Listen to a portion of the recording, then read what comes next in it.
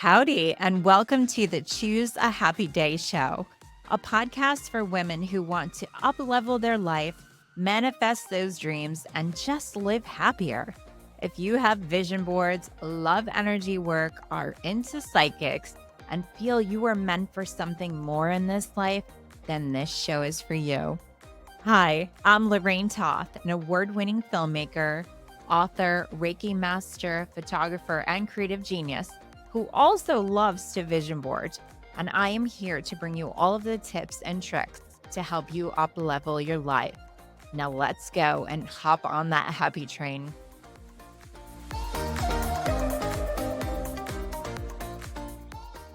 All right, everyone, welcome to the Choose a Happy Day podcast. Today, I am here with a good friend and spiritual mentor, and his name is Brandon Russ.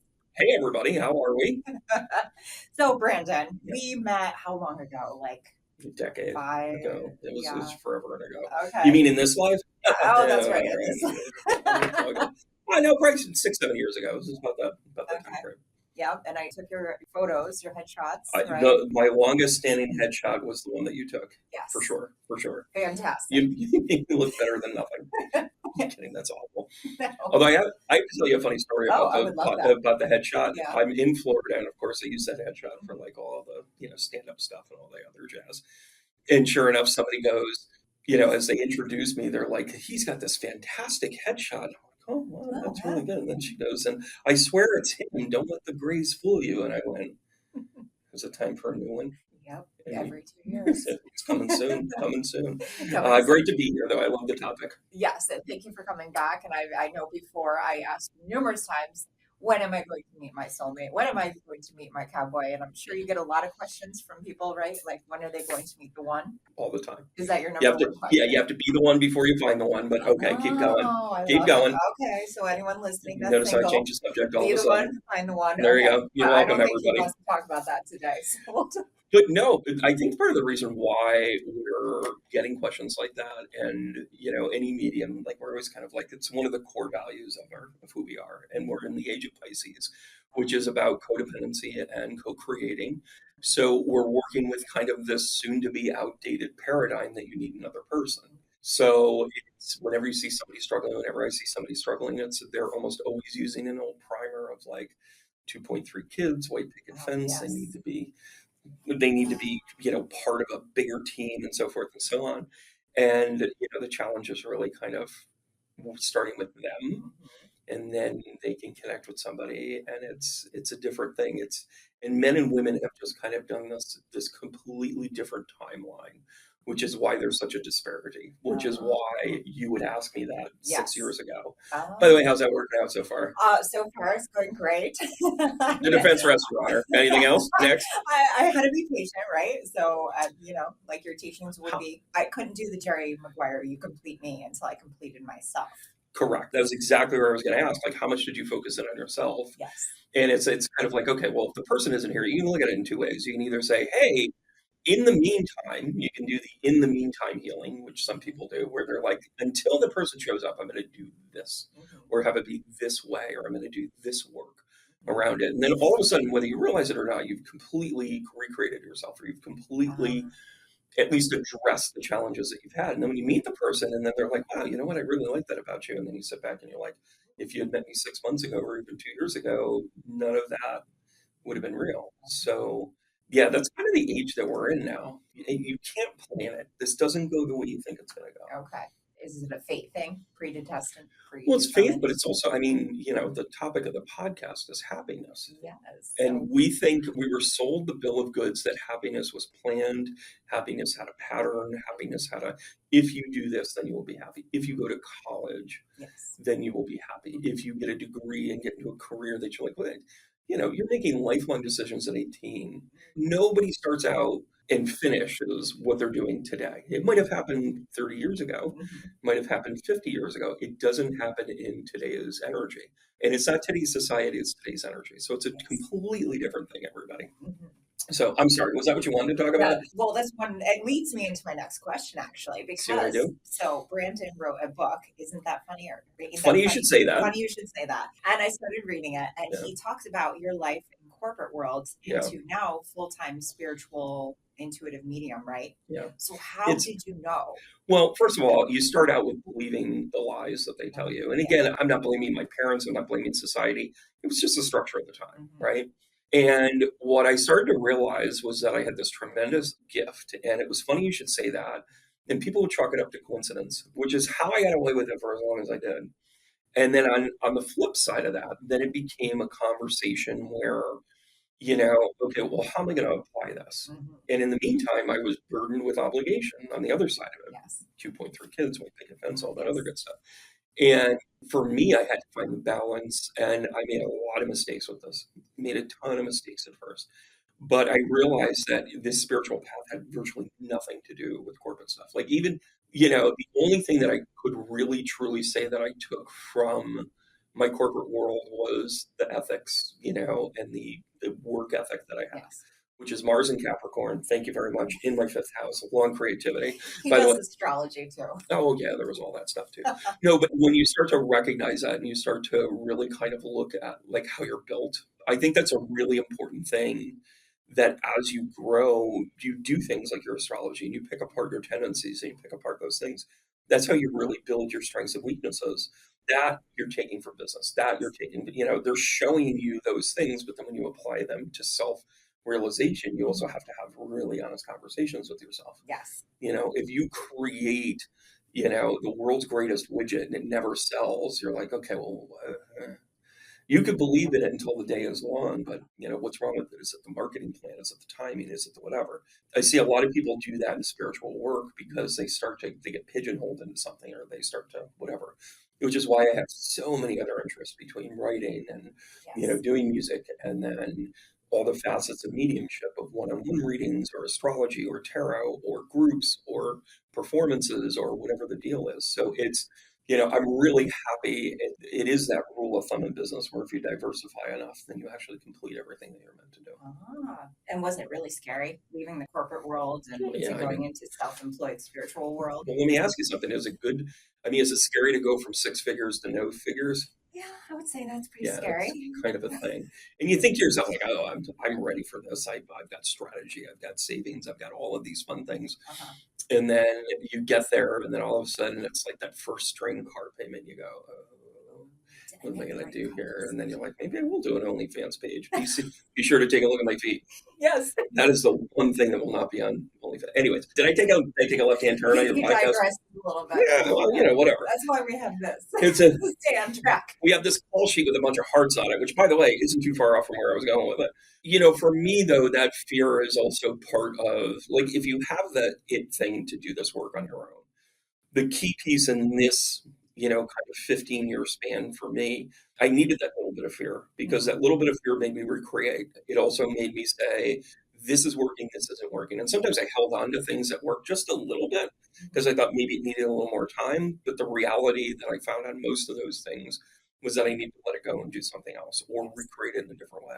I actually find that when you take that leap of faith, the one thing that you really have to be good at is the recreation. That means that you've got to let go. It means that you can't get hung up. You go through many ego deaths with this work, tons of ego deaths with this work.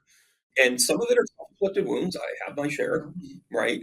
And then on the other side of it, I also realized that I was able to strike a balance over time. I think if there's an outcome, part to this question is that if you work the clay long enough, you'll find the balance. Yes. You'll figure out that difference between, I can't get hung up on, somebody made me my coffee at one time and somebody, was answering my phone and somebody, blah, blah, blah, whatever. I had to realize that I needed to kind of do that stuff myself, right? And it's survival mode for a while because it is like, okay, how do I still make this work? How do I still make this go? Then on the flip side of it, you start to say like, okay, but what am I comfortable with? What am I good at? Then you get really fine-tuned at the, at the things that you're good at. I think I'm a pretty good writer. Yes, you are. I'm halfway through your book and I love it. Only halfway. It's an easy read. It's mostly in crayon. It's not. It's like real legit words. I think it looks like a seagull. It was a crayon joke. Oh, okay. Anyways, I didn't get that. so, but no, it's like, but with that in the writing, being a strong communicator and being a storyteller and being somebody like this, I mean, what is a really good reading, but aside from being able to interpret the story from somebody else that's basically playing charades with you? Yes.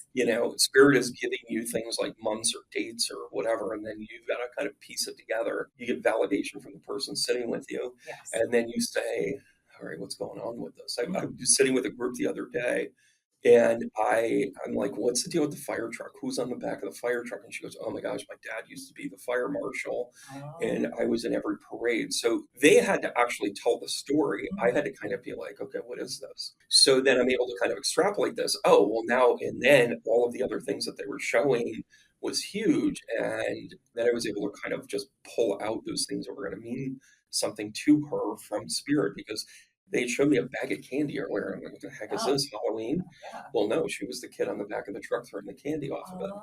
So then I'm like, hey, so now I knew where this went. Now I knew where that went. And you have to be on a swivel. You have to be on your toes when you're connecting with spirit. And I think that is kind of that natural thing from business. It's that natural thing from recreation. It's that natural thing. Like, you have to be on point. You cannot be distracted in terms of, getting my life in order was a big deal, right? Like, I was on fire, and not in a good way. And I made a ton of mistakes with that. And I was still really good at this.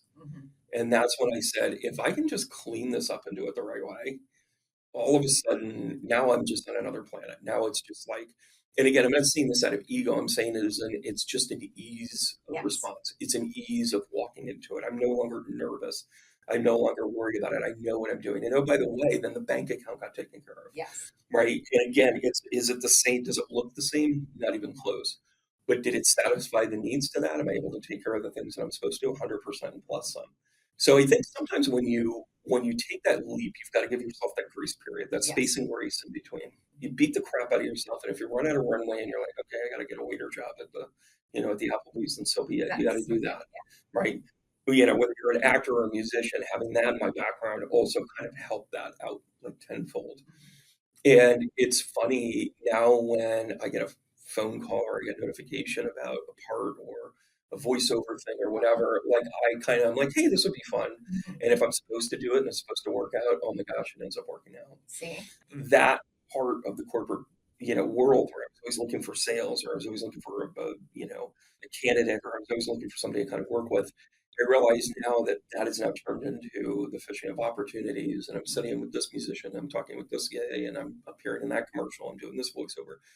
And it's not even like there's a ton of it, but the opportunities are there. And that's the part where I go, holy Toledo. Like, I don't have to worry about this anymore. And the big question, are you happier? I'm ridiculously happy. Well, and part of the thing was when I was setting myself on fire, it was almost as if I was not happy. So I was making mistakes. I was doing, things that were out of my character. There were things that were like I never would have pictured myself characteristically chasing things the way that I did. And then I was like, this isn't the right way to do this. So after the reflection period and kind of saying, okay, this is how I have to do it differently. And the pandemic helped that. Like, the pandemic was like, forced all of us. Way to unplug all those obligations where we're like, oh, I don't need an office anymore because people can't come to see me. Oh, this is great. Oh, I can wear some good pants on the bottom. Sorry about that. That was a topic of conversation as I walked in. I go, oh, I was supposed to wear pants. And then she's like, yeah, or at least shorts. And I'm like, all right, I got them in the car. There was a little forward for me.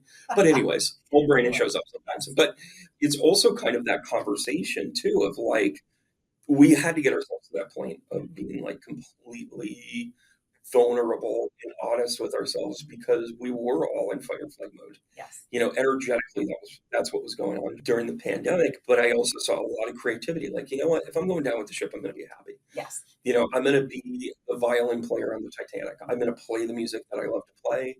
I'm going to, I know this is going to go down with the ship or whatever. You saw comedians really reinvent themselves during this time. You saw all these podcasts go out because people were sitting around listening to them, and people were, sitting around creating them.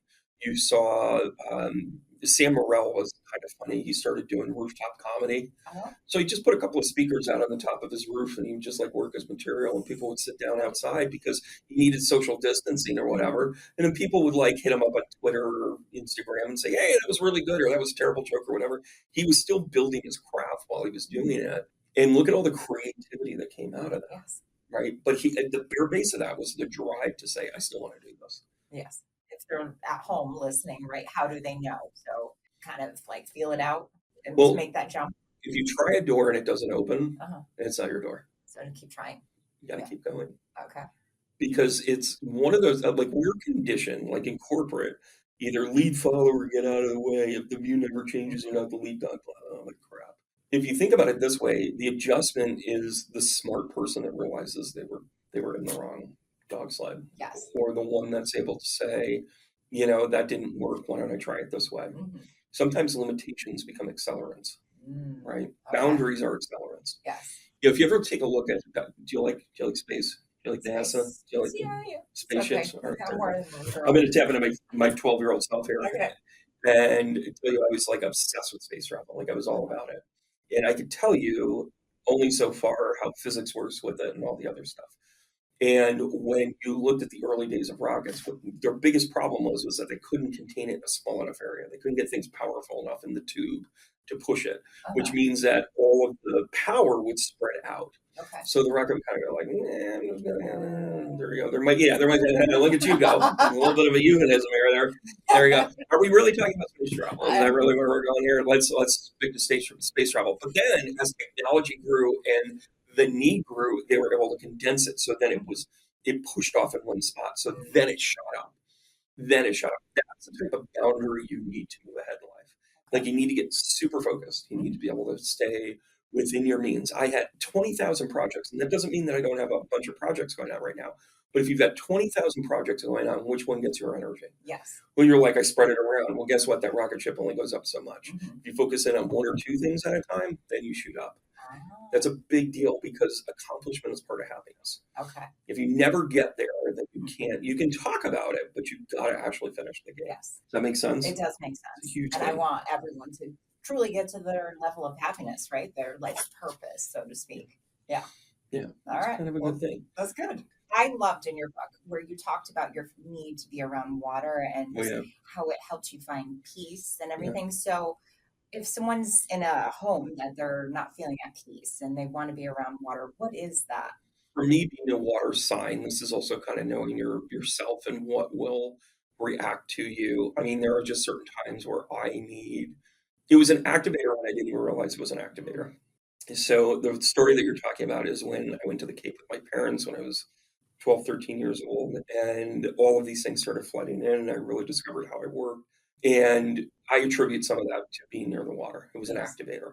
Discovering what those things are, I had to look back and go, oh my gosh, there you go. So then when I just went through this last piece of healing and acceleration, I spent time down in Florida. Purposely, I went down there, I did shows, I met some awesome people down there. And I always would build in like a day before or a day after to just kind of like, and I'm not a beach guy. I don't know if you know this or not, but I'm not a beach guy. Yeah, I got hit with a harpoon once. Anyway, so then that's terrible. That Brian. is I can't believe it just said that was awful. But Oh, self-deprivation, I'm still working on it. So anyways, when I go to the beach, it's more about meditation. It's more about watching the waves. It's more about observation. It's not about sunning myself. And when I talk about that part that I needed from it, I needed to shut off my phone. I needed to not be engaged. I needed to just focus in on this. And that gave me some level of inner peace. So I learned how I worked. There are other times I need to be in the woods. There's other times where I've got to, this time of the year, you can find me. I am without Wi-Fi somewhere in the southern Adirondack. You cannot find me. Yeah. And then people go like, where is he? And I'm like, I don't know. Where's Waldo? Well, you're grounding, so to speak, right? Emotionally grounding. Yeah, both actions are grounding. Yeah, both actions are grounding to me because it's where that vibration, and you can get into the whole thing of the trees, you can get into the whole thing of the leaves, you can get into the whole thing of the water and the flow and the change and all the things that the symbolisms kind of bring in. For me, I've learned when I need which of those symbolisms to kind of help me along. Okay. It's a big deal. Self-awareness, emotional IQ is the reason why you are happy or not happy. Okay. If you see somebody out there who is you can take a guess that they're homeless. And it starts to rain and they go out there and they dance and they don't know anything. They don't know anything, but they're just happy in the moment. Are they more conscious? Are they more happy in that moment? Meanwhile, they don't have a car, they don't have a job, they don't have a 401k. We're the fools sitting here chasing after all of those things. Yes. And we're standing inside and they're standing outside of you, right? Who's happier? Who's happier? That's a great question. I took a retreat group up to Mount Shasta. A lot of fun. I love doing retreats. Retreats with me are it's a different animal because first of all, I don't overpack the time. I let stuff unfold because I know that I'm being called to that area. I know that the right people are going to sign up for it. I don't overly advertise them. I don't push them. I don't say, hey, I need to sell so many seats. Whatever the hell happens. We got to Shasta. We ended up having a great tour with this great tour guide who really knew the area. He worked with the energy. He showed us energetic places, a lot of vortex work. And then we were left to our own devices. And we had the rest of the night, we're like, hey, let's grab some dinner and let's. And we had it all kind of planned out. And then we're like, let's go to the top. Let's go to the top of the mountain, which we could. We start driving. And then I'm like, well, when does it close? When does it whatever? We get up to the top and I'm like, I'm going to do a little fact finding. There were whole little villages up there of people in their campers, their tents, their whatever. And I met a man named Ketchup. True story. Ketchup. His name is Ketchup. So were you mustard? And he was careful. I borrowed his djembe for a $20 rental fee. And I give him the 20 and I said, hey, I go, it doesn't do much good up here, but you'll need it down there. And he says, you get how we work then. Yes. He goes, you get what's going on up here. And they didn't have a care in the world. And by the way, it was a full moon that night. It was a blue moon. It was the second moon of August. I think it was on the 31st. And we watched the moon come up over Mount Shasta. And it was the coolest experience ever. But we were hanging out with people that were so detached from our day-to-day life. They were going to wake up to the sunrise on the other side of Shasta. It was one of those things where it's like I was jealous of him and this dude had nothing. Yes. The dude had the $20 I gave him, the djembe, and he ate somehow. People were grilling stuff and cooking out and whatever. And he didn't have a care in the world. How is it that my vibration can't reach that with all of the things that I'm worried about? Getting home, paying a mortgage, having rent, having And I'm watching this dude live high off the hog. On a mountain. Yeah. And be so at a national park that knows full well that they may come and tell him, well, you got to move on. And he's like, yeah, that's cool. Because home is within almost too, right? You can look at it that way. Yeah. Moreover on that dude knows who he is. Yeah. He is not defined by living on top of Mount Shasta. We're there as tourists. He's there as part of the feature of what goes on up there. And he didn't have a care in the world. It's like, how you guys doing? Where are you from? What are you up to? He knew how to talk to tourists. Yeah. And more importantly, he knew how to set the tone to be like, hey, if you guys want to hang with us, you can. Yeah, this is all cool. If you guys need some food, he's giving 20. Yeah, I just doubled all the money he's made this month. And without merit, he's just like, yeah, we got some food over here if you want it. Now, it was a little sudden. Do you put ketchup on it? And how did he get the name Ketchup? There was a lot of things that drew into question, how did he get there to begin with or everything else? But the thing that I could tell in that moment is he didn't carry the same burden I did. That dude was happy without merit. Yes. And I had a group of people with me, so I had responsibilities, I had whatever. But boy, oh boy, if I ever go up there alone, I might not come back. I might just hang. Okay. So I thinking about it. Key question, right? They should ask themselves, are you truly happy? And do you really need all this stuff, right? Go inward. Maybe is that the key takeaway of the story of Ketchup? I'm looking at people living out of 1973 vans up there. Because in California, it doesn't really, it snows for a week or two. Actually, Shasta really gets hammered, but it wouldn't stay up there during the winter months. You come down, you go a little bit south, and all of a sudden you're in paradise again. So it's not, I think you could survive on a lot of different levels so long as you know what you're doing. There's got to be experience to do that. And to somebody on the outside that's corporate could very easily turn and say to them, oh, they're avoiding responsibilities or they're whatever. No, they freaking figured it out. They figured out that they don't have the same burdens that you do. Oh my gosh. This is such a fun topic. So fun. I have more questions. Of course you do. So how do you make a decision when you can't decide which way to turn and how do you tune in so you can decide and make a decision? How can we help our listeners make decisions better? I work on a stream of consciousness and it takes a long time to to get there. Rule number one of every decision is that nothing's fatal.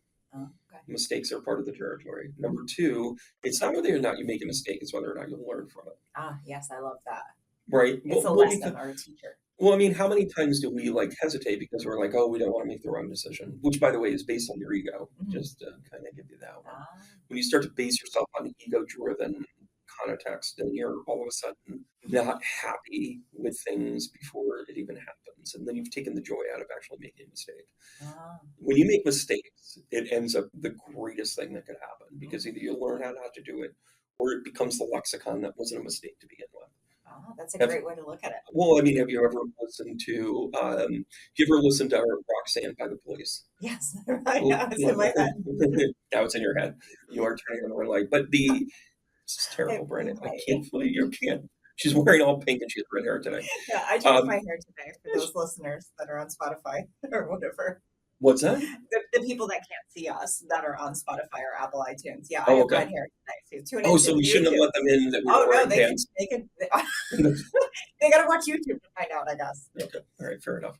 So, but in that song, if you listen to the beginning of it, there's like some errant notes, some and it was Sting sitting on the piano by accident. Oh. And it ended up on one of the master tapes. And then when they heard it, they said, well, is it in time? They're like, yeah, it's in time. They're like, let's keep it because it's going to take us that much more to clean it up and whatever. But that was a mistake. But when you hear that opening thing where, you hear, Andy come in with the guitar where it's dan, dan, dan, and then you hear the drum boom, bum, dun, dun, dun, dun, dun. And then you hear that piano part, all of a sudden, you're like, oh my gosh, that's such an original song. Oh. And it's not a theme. It doesn't repeat. It doesn't whatever. But next time you hear it, it was a mistake. It became the unique part of the song. And that now every time you hear it on radio, you hear that opening, you're like, oh my gosh. By the way, now you can't unhear it. You will hear it every single time. Every single time. And by the way, it was there the whole time. You just didn't notice it, which is also the other thing about decision making. Sometimes you're not ready to make a decision until it's ready to be acted upon. So sometimes your hesitation isn't a hesitation at all. It's a timing mechanism. Okay. So you're not lazy. You're not indecisive. You're just waiting for the right time. You need more time. So just give sometimes maybe yourself more time. If you can't. And I think the difference, I think the part where you know that it's that, where you know you should have made a decision already and you haven't, that's where it's not about time. When you're hemming and hawing over it and you're like, I just need to see something else, maybe you just need to see the clock turn a little bit more for you to say, like, aha, now is the right time. Okay. Makes sense? Yeah, it totally makes sense. Thank you. I hope that helps some of our listeners. Fantastic. Okay. Yes. All right, one more question. So, are there signs, since you are somewhat known as a psychic, are there signs that you're being forced to upgrade your life by blowing it up, like changing circumstances to be shown a new path? Is that a thing? It's as much self-inflicted as it is divine in intention. So in tarot, we have what's known as the Tower card. So when the Tower card comes up, it is quick and sudden change. By the way, in astrology, it is Uranus. It is the fool's journey. It is to start off without knowing the difference. And so you can either change by quick and sudden external forces, or you can pull from within and say, I don't need to know all the details, and I can just take the leap of faith. Okay. So, to kind of mirror this with the question, it's like you'll either be forced into change or you will guide yourself through change. You cannot stay the same. That will never happen. That is the one thing that cracks me up in all of this, where people are like, I want a conditional one. I want these things to happen, but I don't want to have to pay these consequences. Or, I want to take the old and I want to keep the new and I want to grow and blah, blah. And you can't always do that. You got to take the good and take the bad. You take them all, and there you have a spiritual journey. And there's your life, right? Yeah, correct. Okay. Correct. So for me, it has more to do with being able to recognize when you're ready, it'll happen. And if you're dragging your feet, it's going to happen anyways. Okay. So how do you want this to look? Do you want control over it, or do you want it to? Here's the perfect example. You're working in a job, right? And I'm calling it a job because the only benefit that you really get out of it is, what do you get out of a job? You get a paycheck, you get a consistent income. Yes. Correct. Which, by the way, has its safety mechanisms, but you hate it. Yes. You go in every day. Yes. Your boss is a tool. Your clients are nimrods. Your coworkers are nincompoops. By the way, I'm cleaning. See how I clean that up, right? So then it was terrible, Brandon. I can't believe you just said that. But you find out that they're just none of this is jiving with you. It's not jiving with your spirit. It's not jiving with your soul. You're having a hard time coming in. The only thing you get is on Friday or every other Friday or whatever the deal is. And then so miserable. And then you're like, well, and then when you say how miserable you are, people will say, well, why don't you look for another job? You're like, yeah, okay. And then one day they come in and it's Friday and they go, we got to talk. Oh. And then all of a sudden they boot your butt out with an empty box and then they're like, "Blah, blah, blah, blah, blah." And then on top of that, I don't have a job and I don't whatever. But first of all, even in that scenario where they show up with a box at your door, what an amazing moment, because now it is the change that you were asking for. You can't be upset when you ask for a sunny day and it's 98 degrees. You can't be mad when it's warm, right? You've asked for a sunny day. That's the only condition. Now, on the other side of it, had you been proactive and looked for jobs and done whatever, you would have fit into another comfort zone of like how you wanted to do it. And then are you making the decision because you're desperate? Are you making the decision? Whatever. The more control you have over the change, the better off it's going to be, the further you're actually going to go. Okay. Because even though you might kind of do a triage move where it's like, oh, I move from company A to company B and I kind of do the same thing and I kind of have the same problems, you're in survival mode. Yes. But if you say, I took a quantum leap and I'm doing something completely different, I don't know if this is it yet, but at least I've moved into something that I at least like my coworkers, my boss is respectful and, whatever. You start to make those subtle changes and it's a buildup. You can't get it all at once. Okay. That's not how the universe works. And then your life is upgraded slowly, right? Then you pay attention. You pay attention to it. And, upgrade is kind of, that's a little bit of ego conversation, but I see what you're saying because it's not like you want to be able to say from a quantitative standpoint, you went from, 0 to 100. How did you get there? And a lot of people think they can just make that leap and go from 0 to 100. You got to hit 10, you got to hit 20, you might get lucky every once in a while, go up to 50, from 20, but you're still either did something to kind of like help you out understand what, 20 through 30 look like.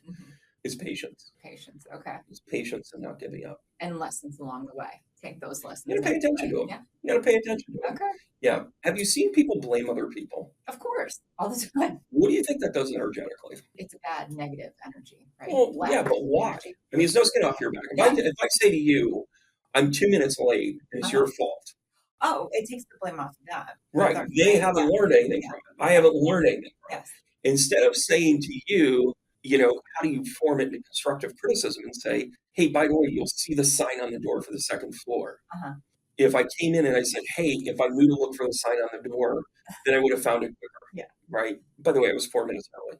He was early, which I actually guessed you would be about 12 minutes late. So yeah. That would be old Brandon. Great job today. That would be old Brandon. Okay. And by the way, to the police that are waiting for me outside, I hope you go lenient. Yeah. I was like a bat out of hell. By the way, the circle out here, I was like, look, kids, Big Ben, Parliament. Yes. It was a good time. But the key to this, though, is, and again, that's where you kind of hit the nail on the head. Each other for a while, where you're like, yeah, he's gonna be like, that's just what he does, right? He shows up and he's like, hey, Brandon, here's your grandmother, whatever. Yeah, no, I didn't get any psychic connections today. Right, but here's the thing, though. You have every reason to do that because you have had a consistent relationship with me where when we set up headshots, I was 10 minutes late. When we, grabbed a cup of coffee, we were 10 minutes late. Like, you're like, that's just B. He's going to be 10 minutes late and then I show up on time. What do you think changed? You changed. And or somebody else said to me, like, hey, dude, like, those 10 minutes are like, if somebody did that to you, or then I started to, like, people started to do it to me because they're like, oh, he won't care. Well, yeah, I do care. It's my time. Wait a minute, I do that to everybody. And then all of a sudden I was just like, oh, no, I can't do it that way. Okay. Or I would have texted you and said, hey, I'll be there in 3 minutes. Like, it would have been a communication thing. It wouldn't have been a drop off because I realized then whatever those lessons were, not that I didn't know it, but I wasn't applying it. And then I brushed it off and I'm like, hey, here's the good technique. I'm going to say, hey, I'll see you there. See you in a couple, here's the communication. Here's the conversation. I had a home party the other night. I hit every single traffic light on the way, like every single one of them. And I sent her a text. I said, hey, I'm about 3 minutes out. I'm hitting every light. And she's like, hey, thanks for letting me know. I set the tone for when I walked in. Yes. If I walk in a few minutes late and I haven't sent that message, so there's energy and courtesy. There's happiness and courtesy. Because you're like, if you hold up your end of the bargain, then you'll always recognize that you did what you were supposed to do. And every single failure you've ever had, if you've done what you were supposed to do, you've learned from it, you have a consciousness about it, and you can sleep at night. Yes. If you are up here and you're like, hey, it was Lorraine's fault, I didn't know about the sign, I didn't know whatever, you miss the opportunity for the lesson. Okay. Happiness relies on the growth that you have when you make a mistake. That is a great takeaway. All right. So This is your part to wrap it up, I Kim. love it. Yeah, it is my part to wrap it up. But let's talk about, what did they know about you? Like, what do you have going on that Well, how they much can time do learn you about have? you? I started out as a zygote. I got bigger from there. I meant like classes, Oh my workshops, gosh, I do stuff retreats, all the time. books, I have a music. book, a YouTube channel. I travel the world. I have Okay. 2 more books coming out. I was just contributed to another authorship with a group of wellness light workers. Mhm. Like I'm in a lot of different projects. I have an Oracle deck that's coming out. I have, the books I'm really excited about because I think I've discovered a series that I could really write that will kind of grow. It is more of a fictional tale, but it's all of the pieces of like how do we learn, how do we deal with the relationship with a parent or a Yes. relationship with a child, and then bringing in things like their past life or their destiny or their purpose or their challenges with this. And it's funny, I'm building the characters with a profile of astrology Uh-huh. so that then I know like what their tendencies are. Oh, And I pull from that as I'm writing. I that's might not talk about it. Like I uh-huh. don't make it all about astrology, but I'm like, aha, Oh, this person's like a Gemini. They're not gonna, depends on what was that thing like 3 out of 5 dentists or 3 out of 4 dentists will recommend 3 out of 4 Geminis. You don't know what you're gonna get today. what about those fiery Sagittariuses? What's it? What do they do? You're down for anything. Ah, that's me. DTFA. I'm sorry. See what I did there? I cleaned that whole thing I love up. that. No, but it's, that core sense of adventure for a Sagittarius, your natural house is the 9th house, which is about discovery and education and travel and, really kind of digging deep into the what if. You might question God, you might believe in God, but you're also going to be like, but what'd you do for me today? Like Yes. there's a little bit of that, right? Mhm. But it's also kind of like, I'm tired of talking about, Singapore, I want to go see it. Like Mhm. at some point you go, okay, that's it. I'm going to, Yes. tie up the bootstraps and go. And a little squirrely, a little cagey Oh, sometimes. yeah. Yeah, between the two of us. I can't believe any of us are here on time. But as a Pisces, I'm on my own. I'm on universal time. No, but it's amazing how much those characteristics, and that's one of the things you have to really kind of learn. Like when I do astrological charts for people, it's an education. Like I'm trying to show them, like, hey, that time that you do that all the time with your spouse or whatever, and then they're like, wow, how did you know that? Because it's in your chart, right? It's in your chart that you would have that tendency. Either you've overcome it, and they might even say to me, like, oh yeah, I used to be like that, but I really wrap my arms around my compulsions and so forth and so on. And I'll be like, oh, so who are you together with? Oh, I'm together with the Taurus. Oh, well, that's super grounded. Oh, that's when your balance came in. And oh, by the way, with your rising, Taurus was in your 4th house, so you're very family oriented, and this is where you're going to go.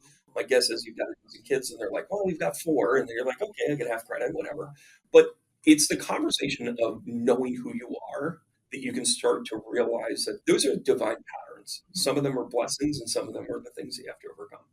Right? As a Capricorn, as a Mars Capricorn in my 5th house, like if it's something creative, like a story or a podcast, I'll go on forever. You will. I'm just telling you. So, because I get excited by that kind of creative energy, you know what I'm saying? Like, so I know that about myself. So I have to kind of put containers around it. That's why I was asking, like, how long do you want this to be? Like, what do you want it to be? Like 6 hours. By the way, this is the only 45-minute podcast in 6 hours. And We're at 40 minutes. how am I doing? Doing okay? Doing okay. You see what I'm saying? But I think that that's kind of like that creative energy, knowing that that's what drives you, right? And by the way, you might not have a creative bone in your body. Great. Don't pick up the paintbrushes. Yes. Don't say you're going to play the clarinet. Sounds awful, right? But what are you good at? Oh, I'm really good at, creating a community program, or I'm really good at listening to a friend. I'm really good at whatever. You can get your bones in other ways that, people think that creativity is the only way to kind of like work through creative energy. No, there's so many other ways with purpose, and purpose connected to creativity, purpose created, or connected to happiness, right? Like that's what fuels me. There will be other things that will fuel you. Yes. And if you don't pay attention to that, if you don't say that didn't make me happy, then you miss the point. Like this is a full contact sport. Like Earth is full contact. Yeah. Right? There's no starries, there's no gimmies, there's no mulligans. You got to get through it. And here's a question. What's the worst job you've ever had? What was the one job that made you unhappy? Okay, I can say that. Shout out to whoever. Yeah. So my worst job was Stewart's. I wanted to quit within 2 hours. What was Stewart's. I worked at Stewart's. Oh, did you? I did. Can you really see that? So I worked at Stewart's for 2 hours. Did you really?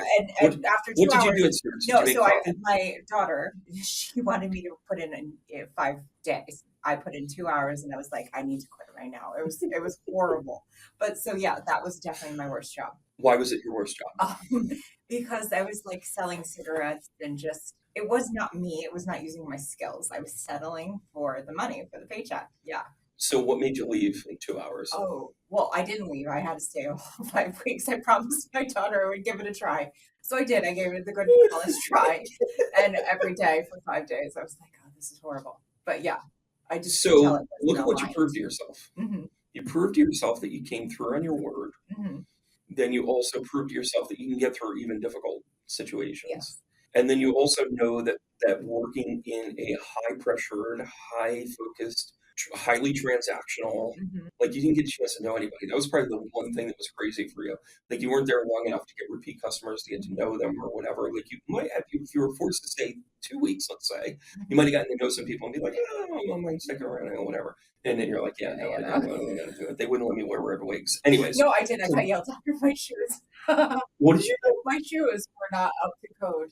So yeah, I did get in trouble for my Of course shoes. you did. Of course I Of course did. you I did. mean, I'm the girl who wears wigs and, breaks Yeah, lipstick for anyone all- who's listening. that's all you got to say. But it's interesting, I didn't get a job at that same place, and it's funny why I didn't. It was because I was honest. Oh, I was honest about how, we would always joke around about how I used to work for a bagel company and we never counted the bagels. So I would just take bagels with me home. Like I would be like, all right, everybody gets bagels, right? And management would say, yeah, listen, if you take home bagels, whatever, but you're stealing them, just know you count for the steal. yes. Like that's what they would say.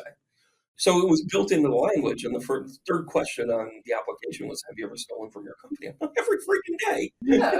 And the They guy do. was like, yeah, I can't hire you. And I'm like, why? And then he goes, because you stole from your company. I go, that? I go, you didn't ask me what I stole though. Yeah. You didn't ask, like, there were surplus bagels that were going in the garbage. If anything, I was a garbage picker. I'm Uh-huh. like, what the hell's wrong with you?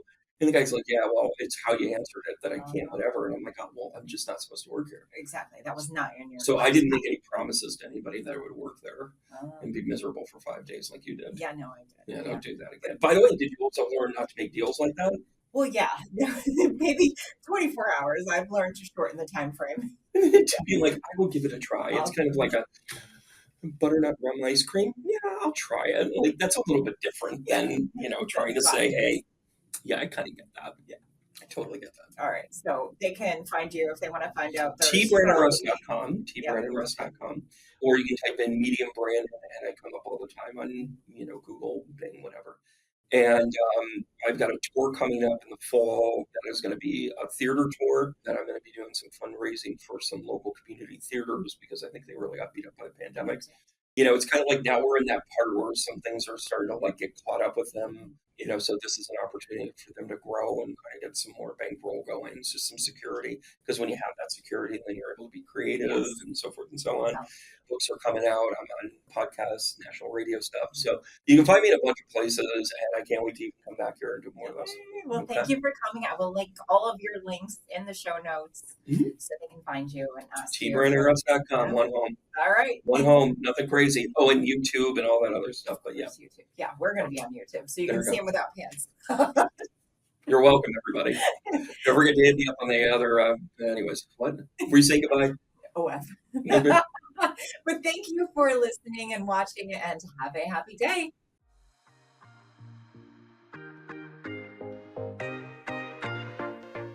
Thanks so much for listening. To stay connected to me, please visit my website at chooseahappyday.com. And at the bottom, just sign up for my email list to be notified of any upcoming events, book launches, as well as new podcasts. Until next time, have a happy day.